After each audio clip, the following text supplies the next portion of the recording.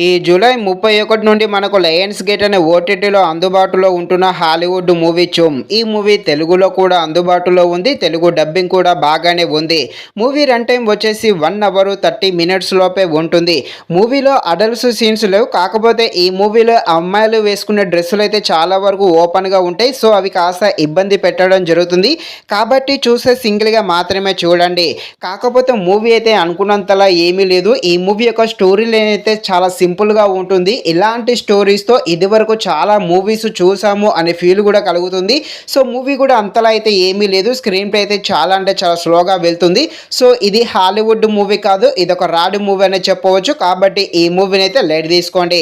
ఇక ఈ movie thriller డ్రామాగా సాగుతుంది. థ్రిల్లర్గా ఉండే ఈ మూవీ ఎలా ఉందో అనే విషయం తెలుసుకునే ముందు ఇంకా ఎవరైనా మన ఛానల్ని సబ్స్క్రైబ్ అండ్ లైక్ చేయకుండా ఉంటే తప్పకుండా మన ఛానల్ని సబ్స్క్రైబ్ అండ్ లైక్ చేసి కాస్త నాకు సపోర్ట్ చేసేయండి.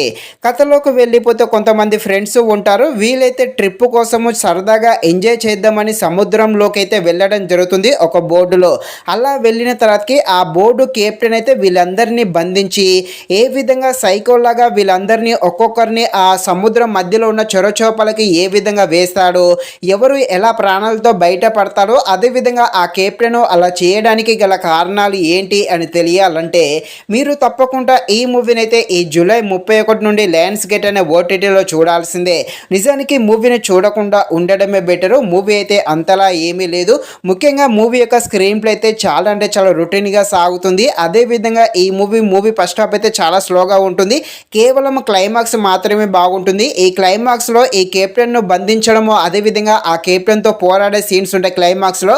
ఆ సీన్స్ మాత్రమే బాగుంటాయి. ఫైనల్గా మూవీ అయితే అంతలా ఏం లేదు. లైట్ తీసుకోండి. మరిన్ని ఇలాంటి వీడియోస్ కోసం మన ఛానల్ని తప్పకుండా లైక్ అండ్ సబ్స్క్రైబ్ చేయండి. Thank you watching this video. జై హింద్.